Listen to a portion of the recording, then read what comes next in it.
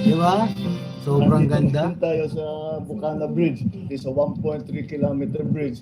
Kasama ito sa buong bypass na ginagawa around the Davao City. At ito'y sinasabi, ang estimate natin, na ang biyahe na dati halos 2 oras ay mababawasan, magiging mga 25 minutes, 20 minutes na lang. Grabe, no? At malaking ginhawa. Lalong-lalo na ay ngayon na magpapasko tayo, we will open the bridge on the 15th. December 15 gagawin na.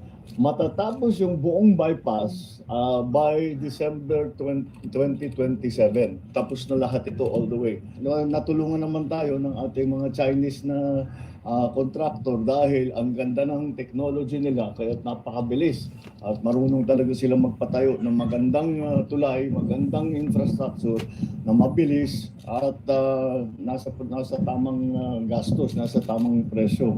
So this is one of the four major projects that we are legacy projects that we will be finishing in Davao and its environs. I'm congratulating the DPWH for their good attention to this matter, and lahat ng nagtrabaho rito, congratulations.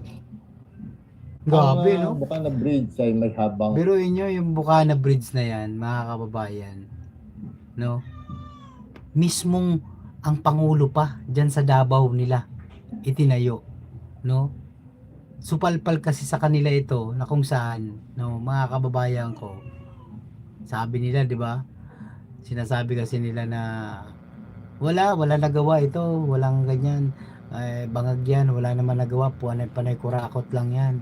Di ba? Ngayon, sinupalpal sila ni BBM. Di ba? Diyan mismo sa kanila pinatayo, no, sa lugar nila. Kasi marami diyan sigurado yung mga anti-Marcos. Di ba? Diyan mismo sa kanila, sa Mindanao. Di ba? Maraming project ang ating Pangulong Bongbong Marcos para may isupalpal sa kanila sa pagmumukha nila yan. Di ba? Oh, ngayon nagbubulag-bulagan sila. Di ba? Pag ayaw nilang makita ito yung mga ganitong legacy, no, ni BBM. Gusto nila yung legacy ni Duterte. O ngayon, 'di ba? Isa ito sa makikita nila masakit sa mata pagdadaan sila, pero pinapakinabangan naman nila. 'Di ba? Biruin mo, nagsimula daw ito July 20 July 2023. Oh. Sir Michael, shoutout sa inyo. Magandang hapon sa mga solid BBM natin dyan, mga loyalista natin, no? Huwag po natin kalimutan muna mag-like, no? At syempre mga kababayan, i-share natin ito nang sa ganun talagang mabubulag sila sa kakatingin, no? Sa mga project pa, no? Sa mga parating pang project ni BBM. Dapat nga ang i-priority ni BBM yung mga taga Norte. Di ba? Biro mo na punta ng Mindanao. Ayaw nyo pa niyan, pakikinabangan nyo kahit binabatikos nyo ang mahal na Pangulong Bongbong Marcos, baliwala yan. Dahil ang Pangulo, no, ay hindi nag-iisip ng ganun.